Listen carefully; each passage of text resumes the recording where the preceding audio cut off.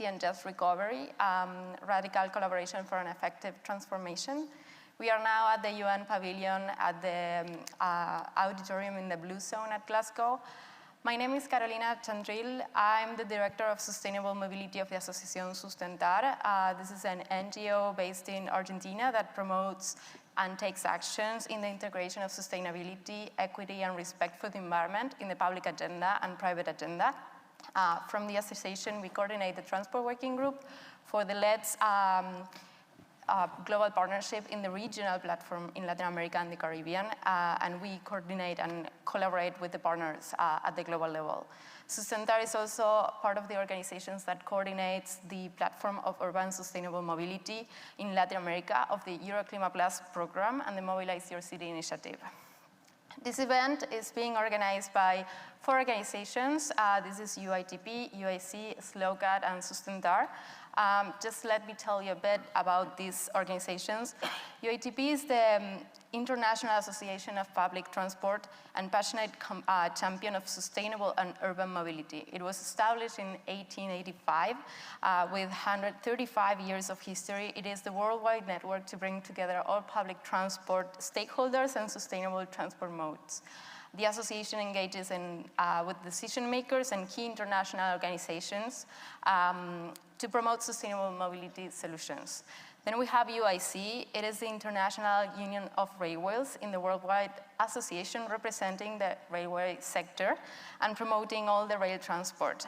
UIC leads the innovative and dynamic sector, helping members to find continuing success and opportunities, promoting rail transport globally, responding to current challenges, also facilitating international cooperation among members, promoting interoperability and solutions, and promoting also ways to improve the technical and environmental performance of the rail transport. SLoCaT, it's a 12-year-old international multi-stakeholder partnership. Their mission is to enable collaborative knowledge and action for sustainable, low-carbon transport and bring the voices of the movement into the international climate change and sustainability processes. Their partnership engages an international multi-stakeholder ecosystem of over 90 entities across transport sector associations, knowledge and academia, governments, multilateral organizations, NGOs, philanthropy, and industry, as well as a large community of experts and change makers. Since 2016, in the framework of the Marrakesh Partnership of Global Climate Action, SLoCaT has been the mandate focal point for facilitating the engagement of non-member state actors from the transport sector. So today we are going to engage in a discussion with all these great panelists that are here in the stage with me. The idea is to talk about the success factors to scale up ambition and to move from concept to implementation of integrated and innovative low-carbon transport solutions needed for a resilient and inclusive recovery. So we'll first explore some critical importance of the integrated approaches in order to move from plan to implementation in the transport industry, considering all modes. And also, we'll talk a bit about other sectoral perspectives, such as energy planning or health, to reflect on these integrated approaches. Lastly, if we have some time at the end, we'll take some questions from the audience. So hopefully this is going to be a really interactive conversation. So I'm going to introduce the panelists today. Before starting, I have here Henk Zwarto. He's the president of the European Cyclists Federation and the World Cycling Alliance. He has been a professional diplomat in the Dutch Foreign Service for 30 years, working in the US, France, UK, Finland, and of course the Netherlands. Henk has served as a Dutch ambassador to Finland between the years of 2012 and 2015, and in Denmark from 2015 to 2019, until leaving the Foreign Service in the summer 2020. Henk worked as a Dutch ambassador for all international organizations. He's now an independent advisor on sustainability and international cooperation. He has been cycling to school and to work for over 50 years, and since his arrival in Finland, he has been actively engaging in cycling diplomacy. Thank you, Henk, for being here with us. The second speaker is Elisabetta Tromelini. He's the head of sustainability of a unit of the FNM group, the leading the integrated sustainable mobility group in Lombardy. She has a degree in biological and oceanography from the University of Washington, USA, a degree in geography at the University of Milan. She's the chair of Sustainable Development Committee of the International Association of Public Transport, UITP, coordinates the National Sustainability Working Group of ASTRA, Italian Transport Association. She's a member of the Scientific Committee of Sustainable Development Foundation, member of the CSR Manager Network, scientific referent of Lombardy Region Protocol for Sustainable Development, and a member of Scientific Committee of the University of Milano, UCOCA. She has worked more than 15 years in the Italian Ministry of Environment and Venice Water Authority.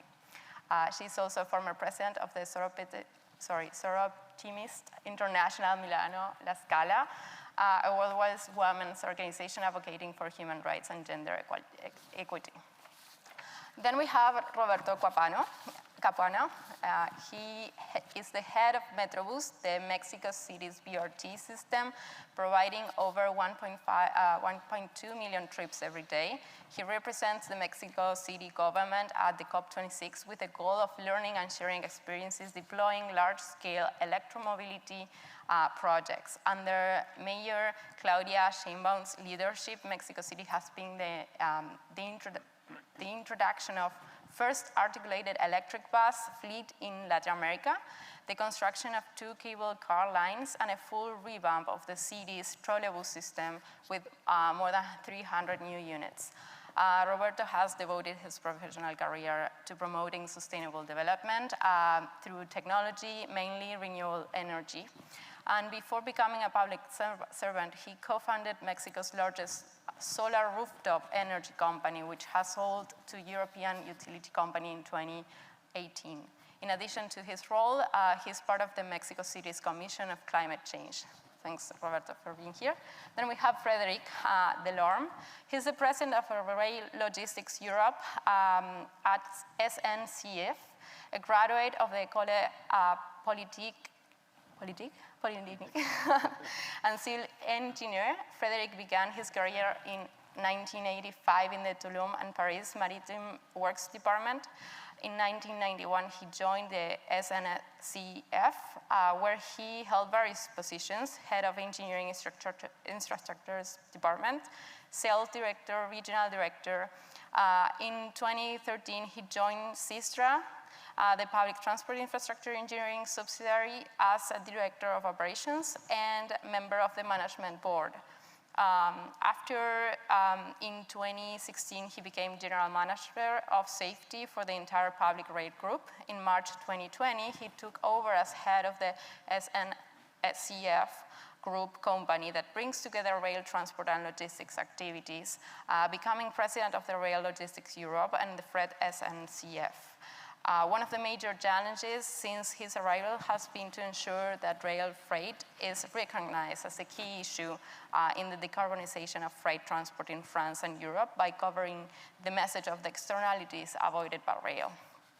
And last but not least, we have Rana Adib. She is the executive director of REN21, the Renewable Energy Policy Network for the 21st Century.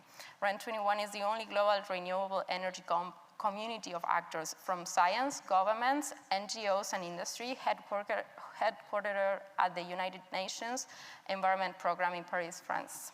Previously, Rana was the research coordinator, developing the international expert community and leading the REN21 Renewable Global Status Report series to become an international reference. Prior to that, she worked in the private industry, applied research in areas of renewable energy, energy access, waste management. She was also responsible for coordinating the biogas to energy research program of Veolia Environment. And she holds a master's degree in industrial engineering from the University of Wedel, Germany. She has over 20 years of experience in the energy sector. So welcome, everyone. It's actually a pleasure to be here with you. You are all pretty experienced and successful references in this in the topics that we are going to be talking today. So the idea is to have a conversation, as I mentioned. I'm going to go over a couple of questions that we have prepared for you. So I'm going to start with Hank, if that's okay with you. Talking about the main challenges that we have to face for integrating all transport modes, right, in a sustainable way, I would like to ask you, how do you see cycling being integrated into the strategies, into the mobility ecosystem of the European cities? And what kind of challenges you can mention and you have faced in the projects of your endeavors? Thank you very much, and thank you very much for having us here, Carolina. You know, we are here at COP26. Tomorrow will be Transport Day, and the conversation will be about electric vehicles. But right now, as we're speaking in Europe, 50% of all car trips is shorter than 5 kilometers. 30% is shorter than 3 kilometers. So why not start there and exchanging those short car trips for bicycle trips or even walks? For every kilometer which is not driven in a car, you will save 150 grams of CO2. For the average person, that will be about half a ton on a yearly basis. And it's getting easier. Even for people who find cycling physically challenging, there are e-bikes now which extend the range, which are good when you have lots of hills, like in Rome or in Paris, etc. But the main issue keeping people from cycling, it's what our research shows, is concern about road safety. That's the biggest factor. So that is where our governments, our authorities need to step in and to provide safe, secure infrastructure for cycling. And there's a physical part, it's the infrastructure, but there's also regulation, legislation. Many European cities are lowering the speed limit in the urban areas to 30 kilometers an hour, 20 miles an hour, which increases the safety substantially. You also asked about public transport. Public transport is great because it doesn't make sense to use a 2-ton vehicle to move a 70-kilogram person about.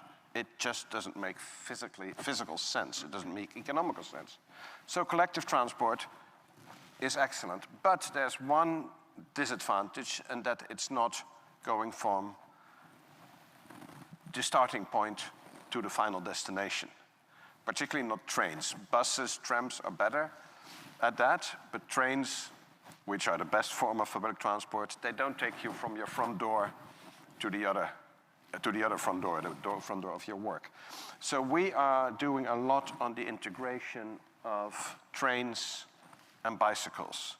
Actually, in a country like the Netherlands, the train-bicycle combination has almost developed into a transport mode of its own, because about 50% of the train passengers travels to the station or from the station by bicycle.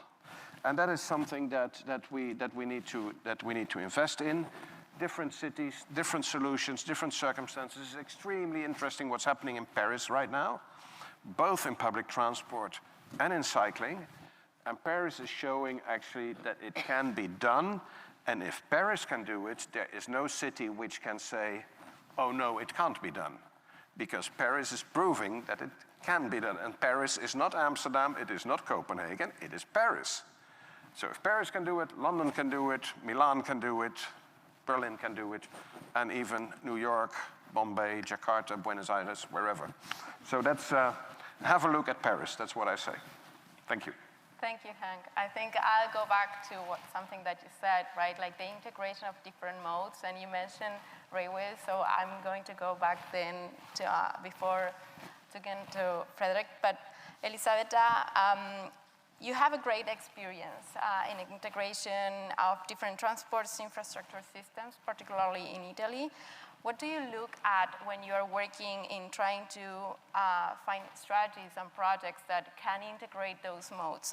What barriers do you observe, and what are the key aspects you are looking at? Thank you, Carolina, for, for the question, and thank you for inviting me here. All the main players, first of all the main players in our work sector must be properly involved. And this is the first point. Then all of us together have to keep us focused on the ecological transition policies, the theme of sustainable mobility, the theme of greater intramobility, as you said, and the need of combine all of these to a digital transition. Therefore, the approach which characterizes my work is first of all involvement and participation of all actors. Secondly, I focalize on innovation and new frontiers for a zero emission and sustainable mobility. I'm thinking, for example, to the new modes of public transportation, such as rail or buses, powered by renewable resources. As well as experimentation that we are, for example, promoting, starting in our group, in FNM group, for a railway line completely powered by green hydrogen. Is a project, is a ISEO Hydrogen Valley project along a non-electrified railway line, and will be ready by the Winter Olympic Games. In this valley is a valley that connects Brescia, Iseo, and Dolo Valley. And we'll have a fleet of 14 hydrogen train, in addition to 40 hydrogen buses. And we'll have hydrogen production plants on the site. Afterwards, I would also take into account the great opportunities that the digitalization can offer us. And finally, we cannot forget about all financial aspects. There are financial resources which were never available as much as now. It is about committing them to renewable of fleets, zero impact vehicles, but also committing them to research, of course, and technological innovation. So I think, I hope I answered to your question. That's actually really great, and it's pretty impressive. Some of the projects, such as the green hydrogen buses and trains, I think this is great. And we've heard that's something that is getting traction now. So it's good to see that there are some experiences and we are gaining some knowledge about it. So those are great examples that we could look at. Roberto, I'm going to turn over you. And actually, Elizabeth just talked about infrastructure, and with your experience with the Metrobus system, I would like to ask you a bit of like, how do you see this transition in transport and public transport systems, particularly going towards these technologies of low emissions and zero emissions? Thank you very much, and thank you to the fellow panel members. Perhaps something that I should clarify before we begin is Mexico City has a very, very large transportation network. So then there is the metro, which is a subway, that's electric. Then there is Metrobus, which is primarily diesel, but we're migrating to electric, and I'll talk about that in a moment. But there are also other electric mobility options out there, which we have explored in Mexico City, which are, for example, the cable car. We have the 2 longest cable cars in the world right now. We have the light rail train, which was dilapidated. A lot of investment went into recuperating that infrastructure, as did it go into trolleybus. Now, the way that those all developed were different, but I think that what is interesting and what I can talk most about is how do we migrate the infrastructure for buses to electricity. And we've been discussing this all day, and actually I would say my opinion has evolved a little bit from this morning to now, because what I've been asking and trying to understand is what is the tipping point that will allow us to accelerate the adoption of electromobility in Mexico City or in a city, given that we have a very large momentum and investment in diesel engines. One of the things that I've identified is you have to have the basic infrastructure in terms of the legal framework there. So Mexico City has a very large network of one-man, one-bus operation, which we have managed to integrate into Metrobus as companies. So those companies then are eligible to receive credit. And credit is key to achieving electromobility, because the whole business model has to adapt to the fact that the first investment is very, very big and the operating costs are very low. Having said that, I think that to summarize, we need to have the legal infrastructure in place. It is in Latin America. It is very important to understand we cannot have a one-man, one-bus system to migrate to electromobility. I think it is practically impossible. And then we must have we must give these companies the ability to acquire the financial ability to purchase and to operate these buses. This is just a small part of it, but I do believe that that could be the tipping point that I was referring to a moment ago. Thank you, Roberto. That's actually quite interesting. I think thinking about like how we need frameworks in order to facilitate those processes. It's key to the conversation we are having these days here at the COP. And it reminds me a bit of like the logistics sector, at least in Latin America, which is also really like, atomized. And you have like so many small companies that it's really hard to approach them like with one unique solution. You have to go and understand what are like the key aspects for that. And I understand that with operators in the public transit system, it's also important to take that into account. I'm going to turn over to Frederick now. Your work is in freight and logistics, actually. So how is this different when we talk about moving goods and materials instead of passengers? Are there similar experiences, similar challenges? How do you see this, the trends in logistics and freight going forward? So thank you for the question. Good afternoon. So for me, it's interesting because I had the two experiences. I was for passengers and for freight. I would start to say that goods do not complain as much as passengers complain when a train is delayed. So that's maybe the first reason why we have listened to the importance of freight for the economy and ecological aspects, and more seriously. We have probably in Europe underestimated the high potential of freight for rail freight for the modal shift. It's not the case in the United States and in Canada. You saw the big trains with a lot of containers. So they have the priority on passenger trains. It's a difference with Europe, but it really matters.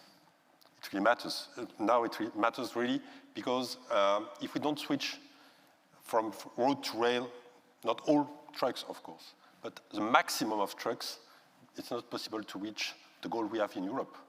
Impossible.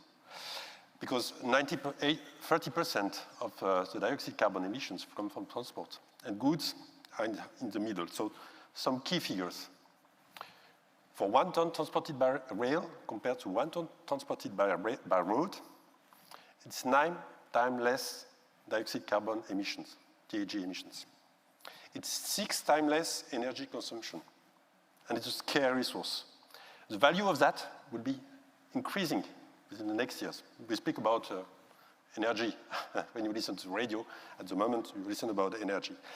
And 8 times less harmless particles for the health of people. So when you take all this, and you think that a train is equivalent to 50 trucks, of course, we have to accelerate the model shift in France and in Europe. And we have some barriers for that. The first one is that carbon emissions, harmful particle emissions, consumption of energy are not included in the real economy, or not enough included in the real economy in euros, dollars, or pounds. What's the value for that? For the private investor and for the public investors. That's key to change the model. And the difference between rail and road is that we are immediately available. 90% of the ton kilometers in France use electrical power. So we are available, and I think the cost of the ecological transition for road will be high, costly. So it will take time, and it will be costly. So during this decade, and maybe the next one, the good solution is to switch as much as we can on rail for freight. And for that, we have, of course, to simplify rail for the shippers, because it's more complicated in Europe to cross the borders than with a truck. So we want to make a wagon or train as easy as a truck in Europe. And the last one is maybe we have a problem of brand image. A freight train is not visible.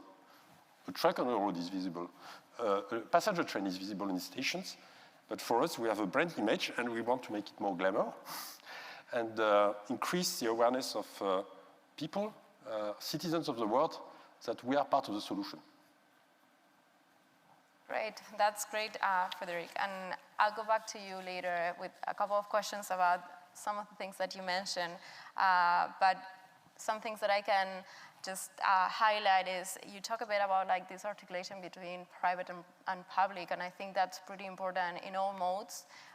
So it's a key element to transport because it's such a big and complex system, right? And no matter if we are talking about railways or road freight or passenger movement. So I think that's great. I'm going to then give the word to Rana. And I think you can bring a different view maybe or from a different sector that's not transport. Can you give us an overview of what actually matters the most when we are thinking about decarbonizing transport from an energy perspective? How is this, the energy sector interconnected into all these systems and elements that we just heard about? Yeah, thank you so much.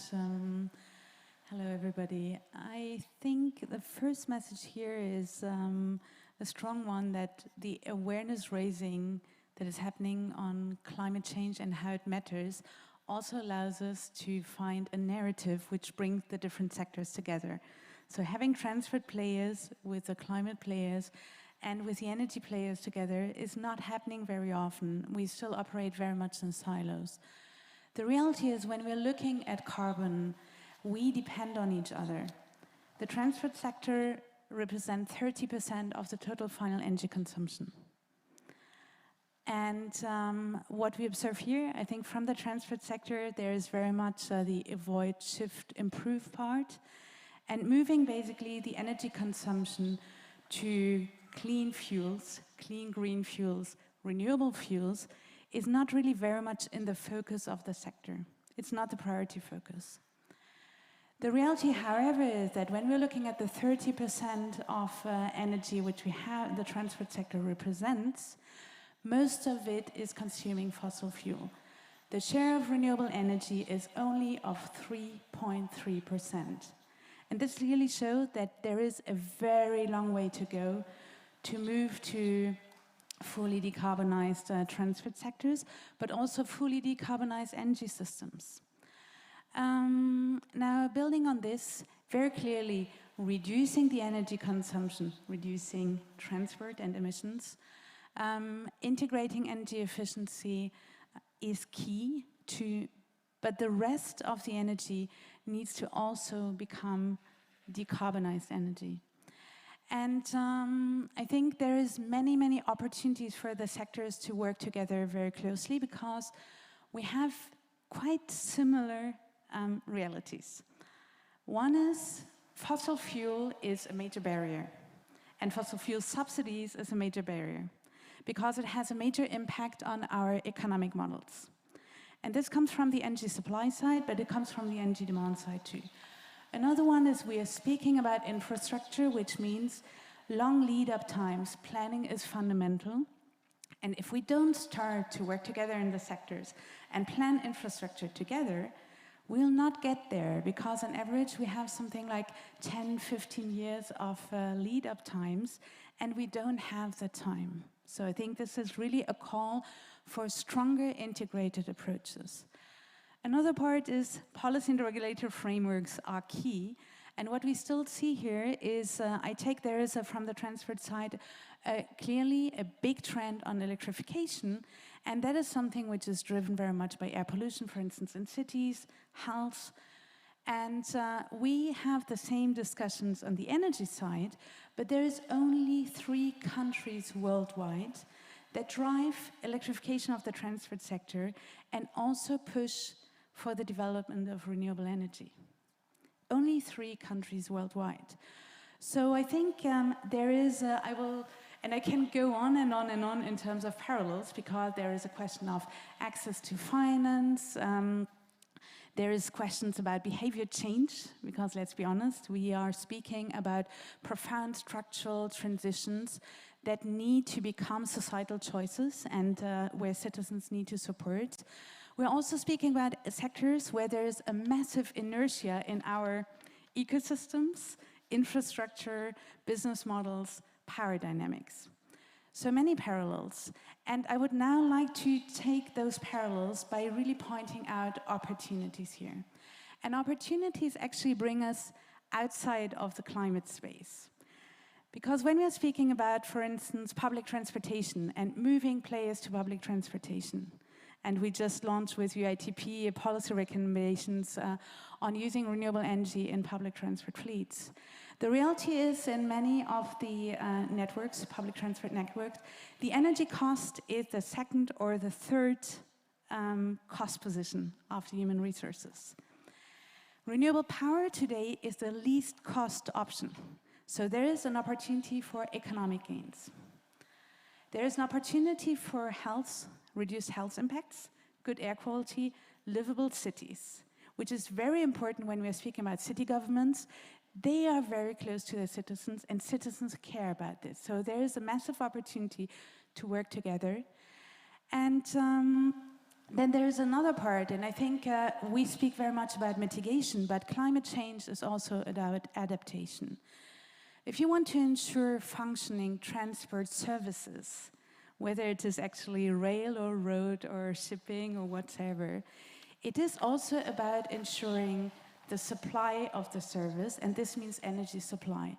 And in a climate changed environment, having resilient energy infrastructure and energy supply is very important and is key. So it's also about energy security and energy sovereignty.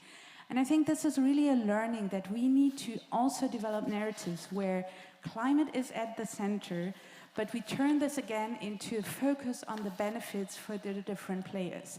And by doing this, I think that we'll move to spaces where transport and energy will work together more closely with the national governments, but also sub-national governments, and that's really key. Thank you. Great, Rana. You actually touched a couple of really good points, and you said it, right? Like, we cannot go for decarbonizing transport using electric mobility solutions if we are not even thinking about how the energy matrix is being decarbonized, right? And there are just a couple of examples, as you mentioned. You mentioned 3 countries only doing that push and being more ambitious, but I think there are great opportunities.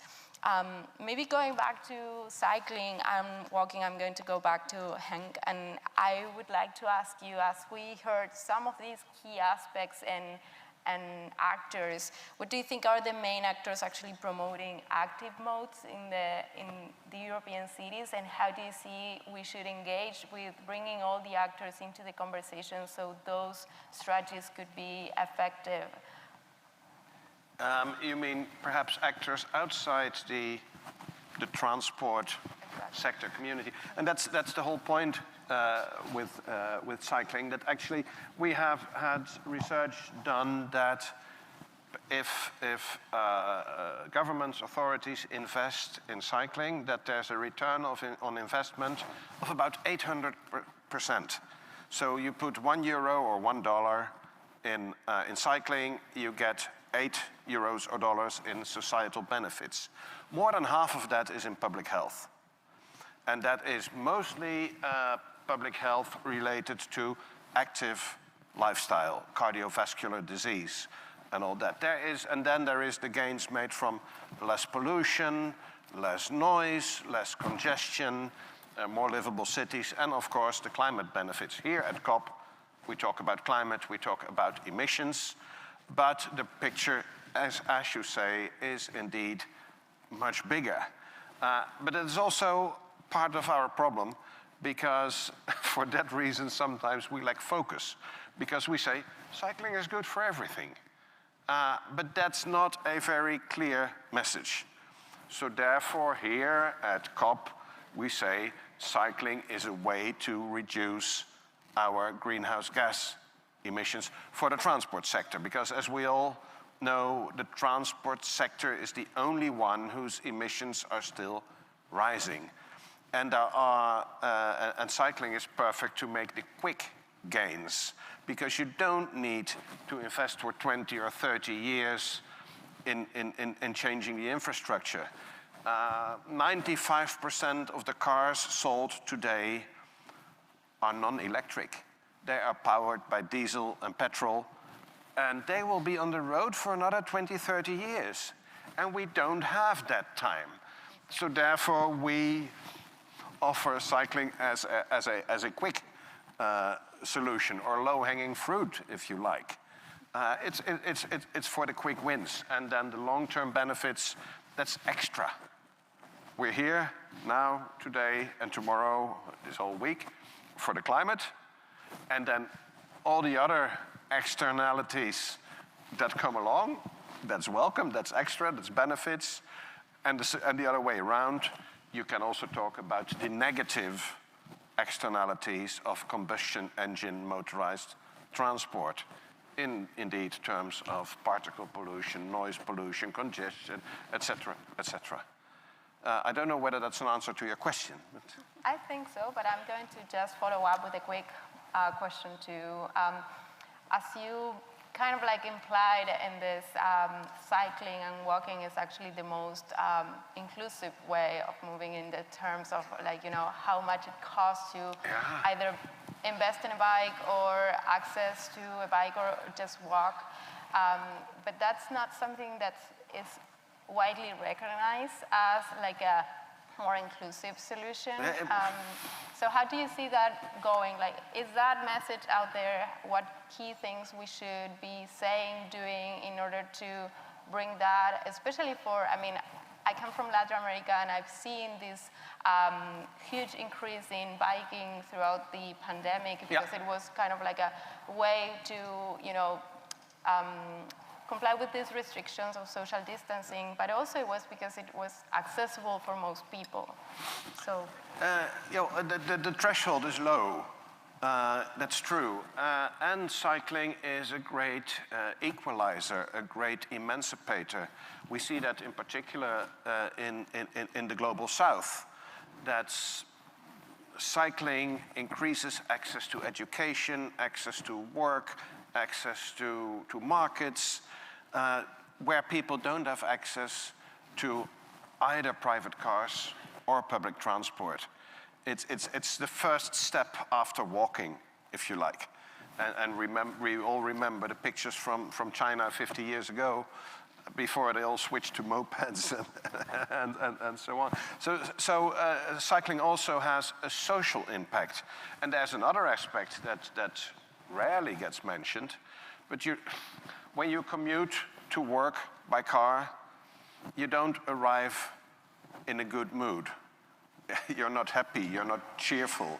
But when you arrive by bicycle, you are. And it's also, there is the social interaction. People who are in cars and even in public transport, in most societies, it's a cultural thing, they don't interact. But people on bicycles actually, they do interact. And they do enhance social cohesion. And it depends also there in which societies you are in, whether it's a class thing or not. But it is a great equalizer. On a bicycle, everybody is more or less equal. Man, woman, old, young, rich, poor. You're all on the bicycle, you're all cyclists.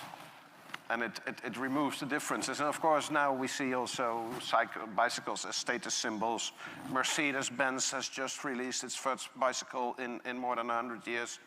And we are asking ourselves, is it a good thing or is it a bad thing that luxury car companies are moving into cycling? We don't have the answer yet.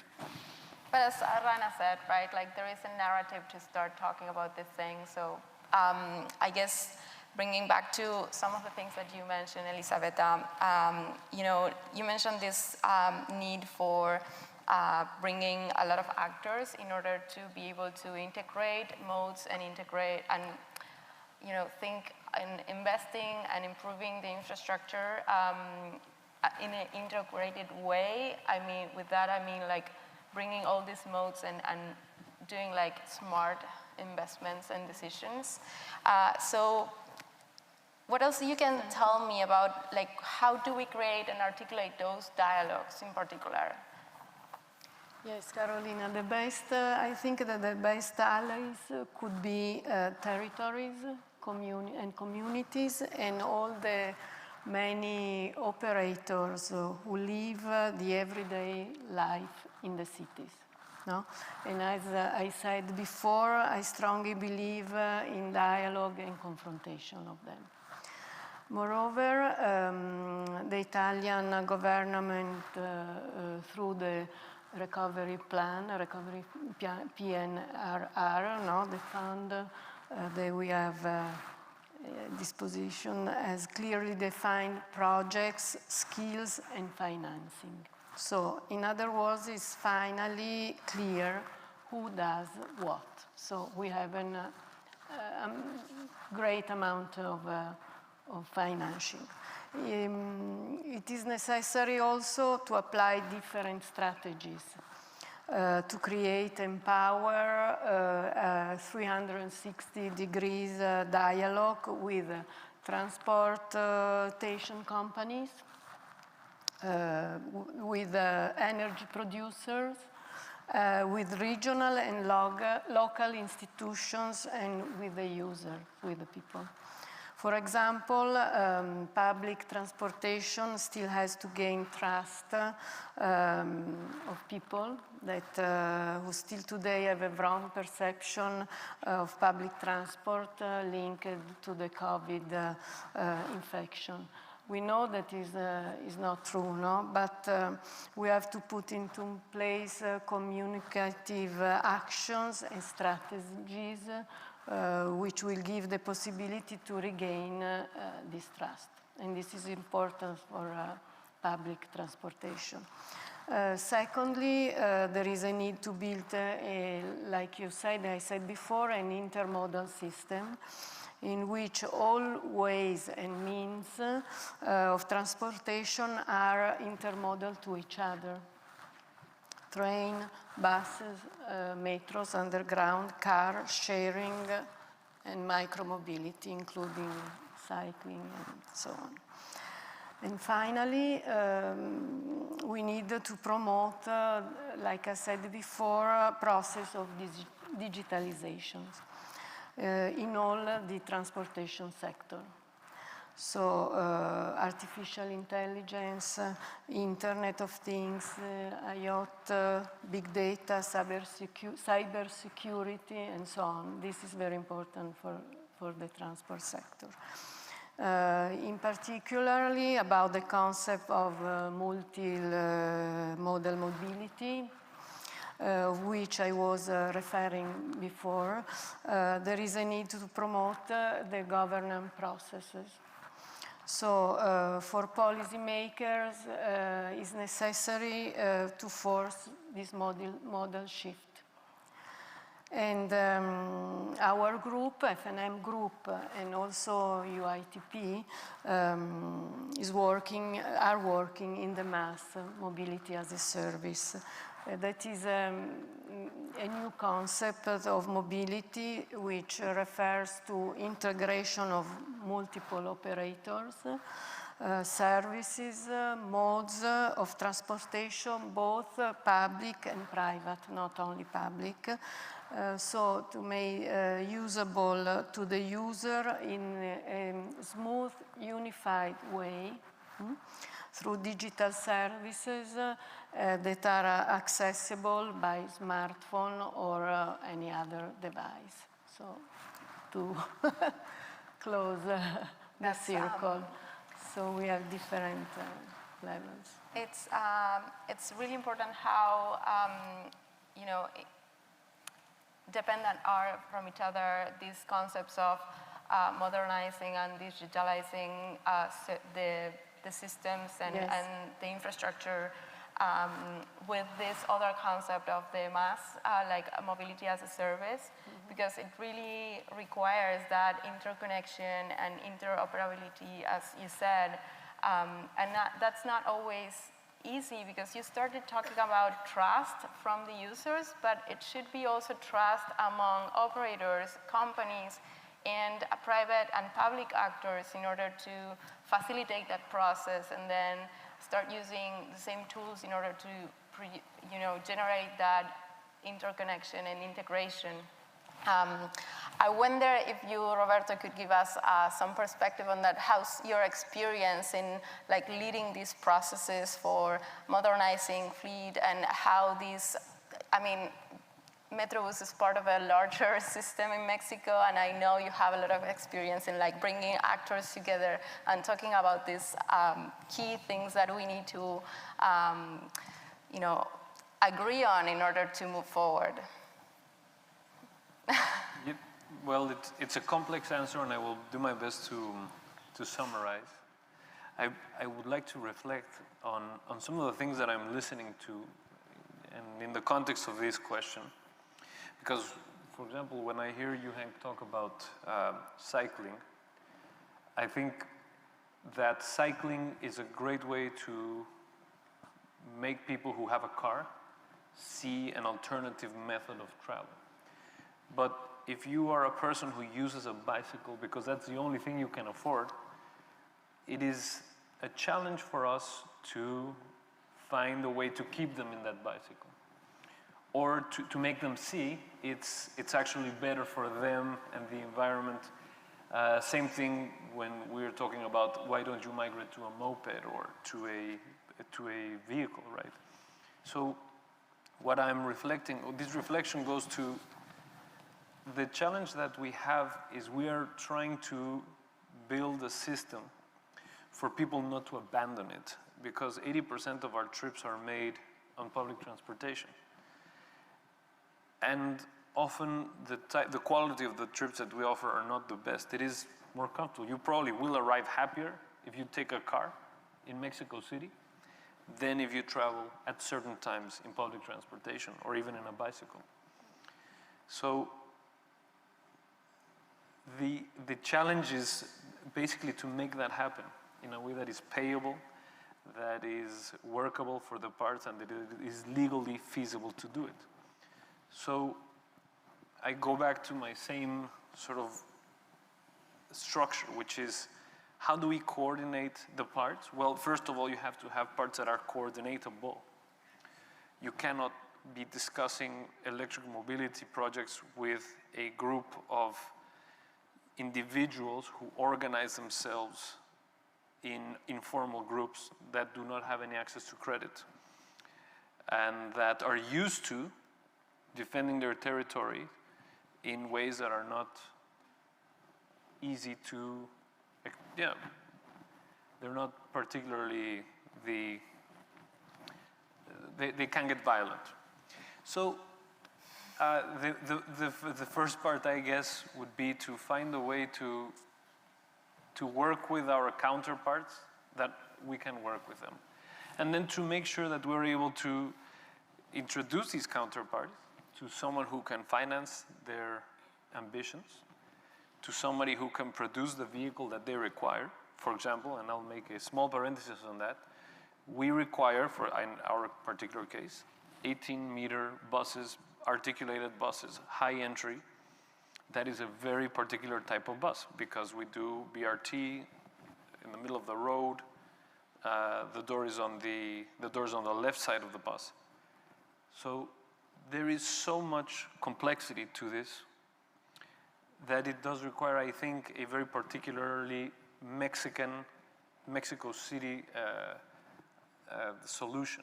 It's what I've been hearing a lot about, which is this is a very, I feel it's a very local problem that we face with perhaps certain commonalities between the different cities that we have. But we each have to find a way to make this work and a way that we can make these processes work in our particular cities and given our particular realities. So perhaps I diverged a little to your question, but I'm trying to give you a straightforward answer as well as listening to everything that's being said here, which is very particular to perhaps the region, because, for example, freight transport is something that is absolutely, I mean, you describe it and it makes absolute sense. But if you have rail lines to take your train from one point to another, in our case we do not, and that's a case in many Latin American countries. So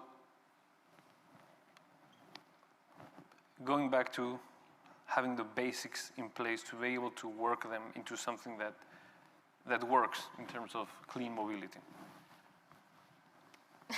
Thank you, Roberto. I know it was a hard question, but again, I mean, that's kind of like the key of things, and I want to rescue something that you mentioned, and I haven't heard in my own work, how we need to like try to grab some of the best practices and the standards and learnings from different experiences, but always try to take a local approach to it, to try to understand what's the best way to articulate those dialogues, to articulate a framework that works for the local reality. I think that's key to what we are talking, and that goes from like small scale solutions to pretty big scale solutions. As you mentioned, like you have to work with groups that are open to have this dialogue. So I think there is something that has been kind of like implied in what we talk. There is some connection with policies and frameworks, and frameworks were mentioned, like regulatory frameworks were mentioned specifically, but I want to ask you, Frederic, how do you see like freights and logistics are being integrated into urban mobility policies, how that's playing out in your experience and what we should be looking at? Yes, first I want to say that to solve the problem for freight transportation without dioxide carbon emissions, we have to work all together between public transport authorities, state also, regulators. Us are as operators to deliver a good service, because we have to increase the service, to innovate, to be more digital, more autonomous. We need to collaborate with trucks and road transportation. We'll come back to that for urban logistics. We have to increase the awareness of general public and consumers to push for green solutions from door to door. So then when I come back to solutions for urban transport, we have different solutions.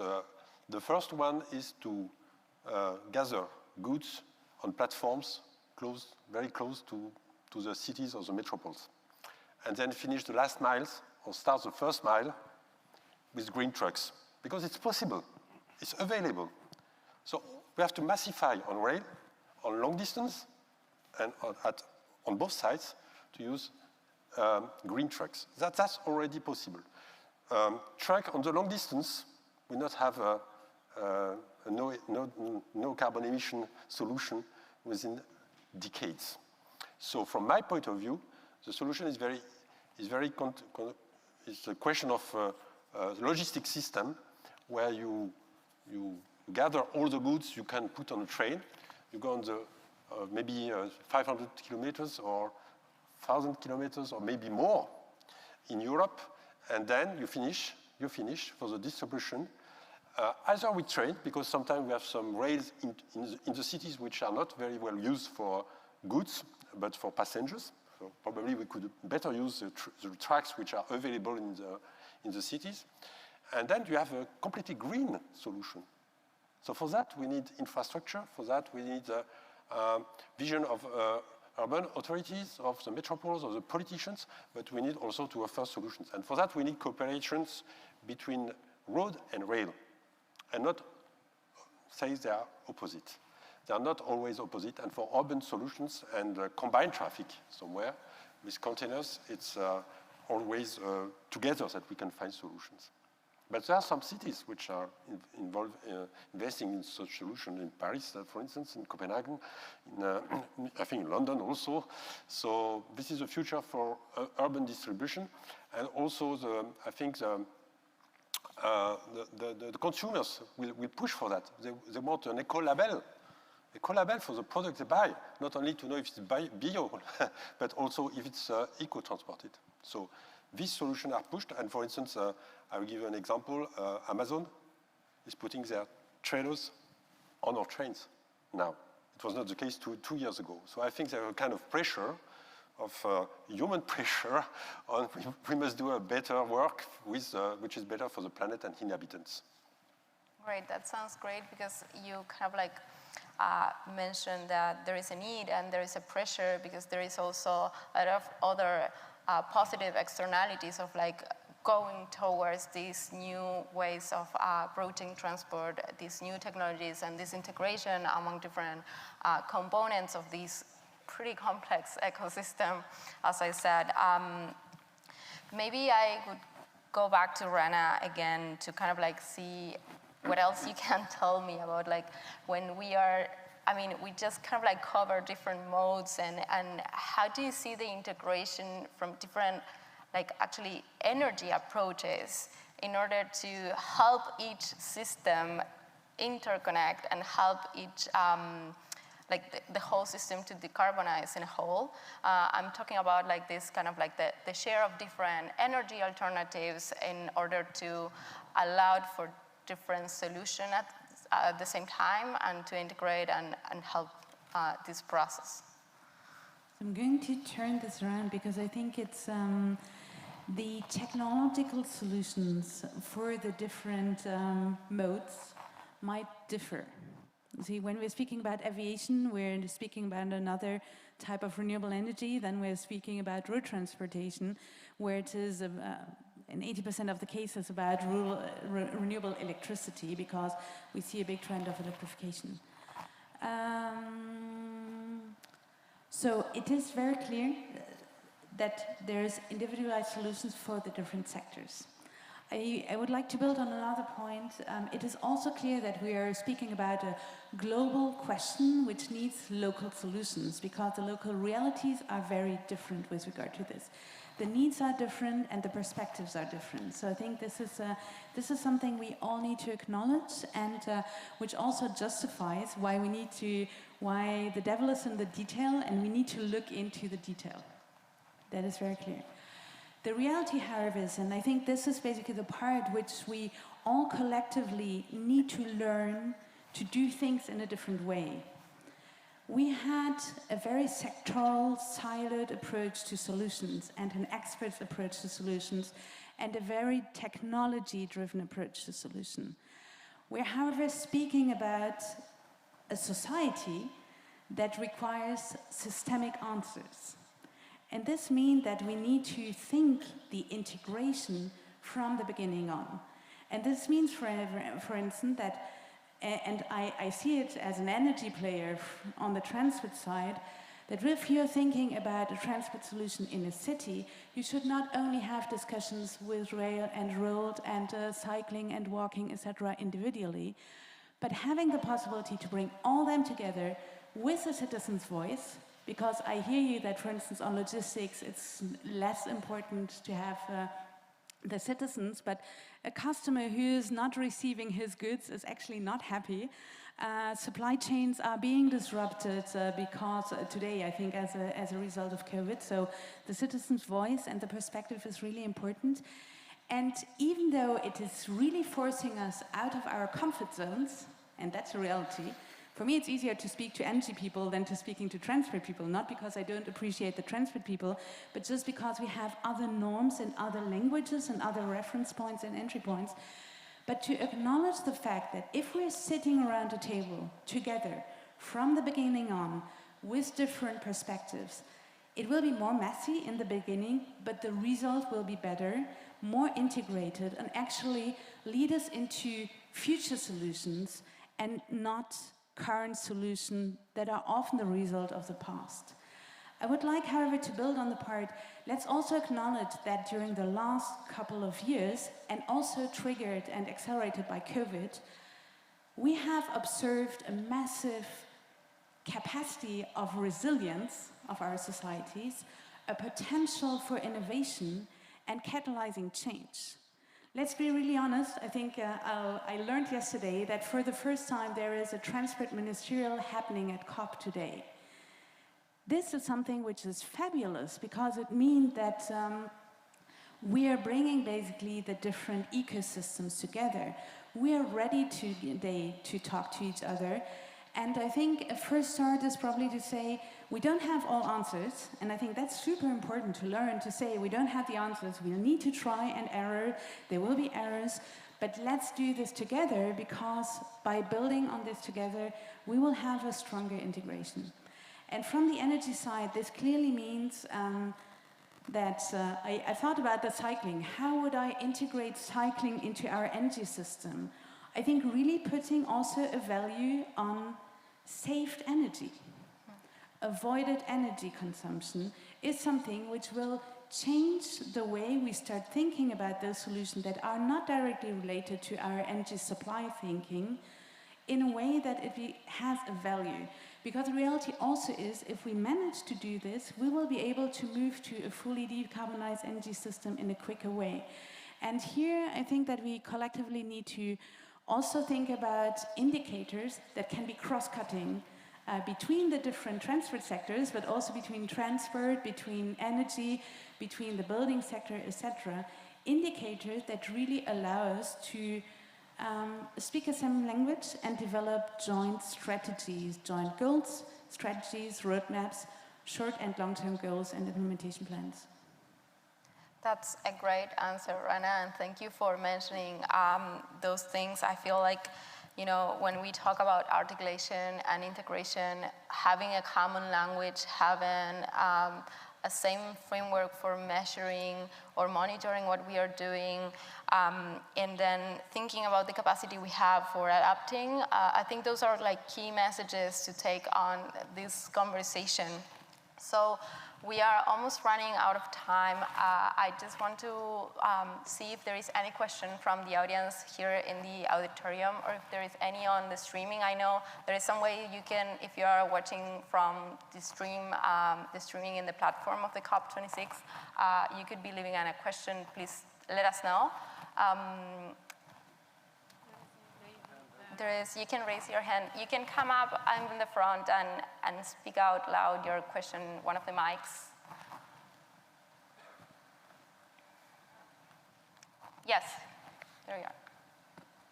Yes, can you hear me? Yeah. So hello, and thank you for sharing this super interesting conversation. My name is Mariana, and I'm a PhD student working on mobility as a service, as Elisabetta mentioned. And I was wondering how would you think we should approach active modes being integrated to mobility as a service, for example, or integrated mobility towards enhancing intermodality in cities? Because if we consider that mass is one of the options for mobility in the futures of cities, then we should bring this to the conversation, because I think that so far I have not seen it that present in mass discourses, for example. Elisabetta, do you want to take that on, or Hank? Well, I think you asked for the role of active mobility in mass, right? Yeah. And that's the same as the intermodality with cycling. And of course, walking towards public transport, it's obvious, most people will do it. So that's already taken care of, you could say, because most people approach a bus or a tram or a train on foot. When you're talking about cycling, there's two ways. We have been working with the European Commission, railway companies, to introduce a requirement for new trains, new carriage, refurbished trains, to have space for a couple of bicycles, but that won't do it. So you have to go outside, and there the best example are the big bike share schemes in countries like the Netherlands, France, in London, in Paris. In the Netherlands, it's national. At every railway station, there are bicycles that are part of the public transport system. They are called public transport bikes even, and you pay for them with your public transport card, which in London would be an Oyster card, in different countries, different names. And there it is already an integrated part, actually, of the mobility as a service system, because you take that bike from the station to the station, and it is at the station. It's not all over the town, like in many other cities. They're only at the station, because they are to take you from and to the station. I hope that's part of an answer to your question. Can I Yes, you completely can answer? For example, in Milano, in the Lombardy region, we have an example of intermodality and integration of services like mass, because in our stations you can use bicycle, car sharing, buses, and of course train. So it's a kind of extraordinary example of intermodality and integration of digitalization. Do you have any learnings that you could take on of those experiences if other places would like to scale or replicate those projects? Yeah. Apart from what we already said, right? Like we have talked quite a bit. Yes. Okay. Is there? Yeah. Ease of use, you should make it easy. You should make the threshold as low as possible, like having everything on one chip card that you can use for all the modes. You have to make it easy for the consumer. For the user, yeah, exactly. For the it has to be user, a user-centered approach. Yes, yes. Perfect. Does anyone want to add something to that? Perhaps I'd sure. like to just share Mexico City's experience. We have, the government of Mexico City put in place two policies which I think are notable at this point, and it is, there's a bike sharing scheme which is actually run by the city, but it coexists with private companies who offer bicycles in particular areas of the city. And those spaces are auctioned by the city. So they are not exclusive, both of them are there, and both of them are used. Actually, after the pandemic, most of the e-scooter companies in Mexico City disappeared. And then we had the issue of Mobike disappearing as well from Mexico City. But the impetus was there. And in that particular case, the business case for those companies did not pan out, but the government stayed put. And so the intermodality, as you mentioned it, Hank, was, I believe, very seamlessly and correctly done. I would like to take advantage that I have word just to mention that I appreciated your comment very much, Rana, and what I wanted to say was not that it was, and I'm not saying that you hinted at it, but I think it is completely possible that we work this out. My reflection was in terms of the exactly the difficulty or the differences, sorry, that we have as we try to implement a shared vision of what we believe the future of mobility should be, because I agree with everything Hank said. It's just that the impetus of what is driving your user is different than what is driving our user. But I share that vision completely, and I would just like to be clear with the forum about that. Great, thank you. Is there any other question? Yes, please. Hi, Alan Amerkanyan. I'm from Armenia, part of the delegation. We are one of those developing countries where most of the population is on the precipice of the smallest kind of savings they have, they will go into a private passenger automobile, right? Because public transport is heavily underinvested, and there's no mechanisms in integrating, thinking about improving public transport into making it a more attractive option. So Mexico City's example, or other cities, how do you keep people interested in public transport, to use public transport? How do you keep up with this pressure to go towards the private passenger automobile? And in cases like Milan and most European cities, well, the shared cars ended up being mostly the solution for public transport, where actually you're not sharing the space. There is a class system evolving in those contexts as well. And also I'm dying to know what the names of the 3 countries that are doing it right. Thanks. Roberto, you want to take that? Well, so it's really about the vision of our mayor. She has invested more in transportation than any other mayor in the last decade and a half. And that has made, it's a very slow moving ship, but you just have to make sure you're steering it in the right direction. What ship I'm talking about is, how do you change people's perceptions about public transportation? You want to make sure that you're steering it towards a place where they do not want to purchase that car. Also because traffic is so bad.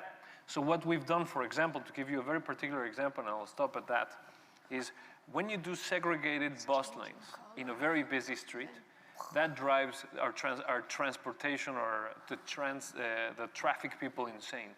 But what we do is we move people much quickly, much more efficiently, at much higher volumes, and that makes people want to take the bus to that place. So I think that that is the key. You have to make it, even if it's a little bit more uncomfortable, the key is time.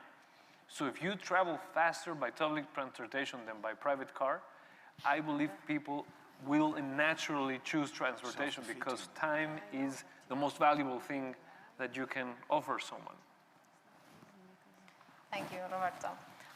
We are almost at the end of the panel, so I want to be really...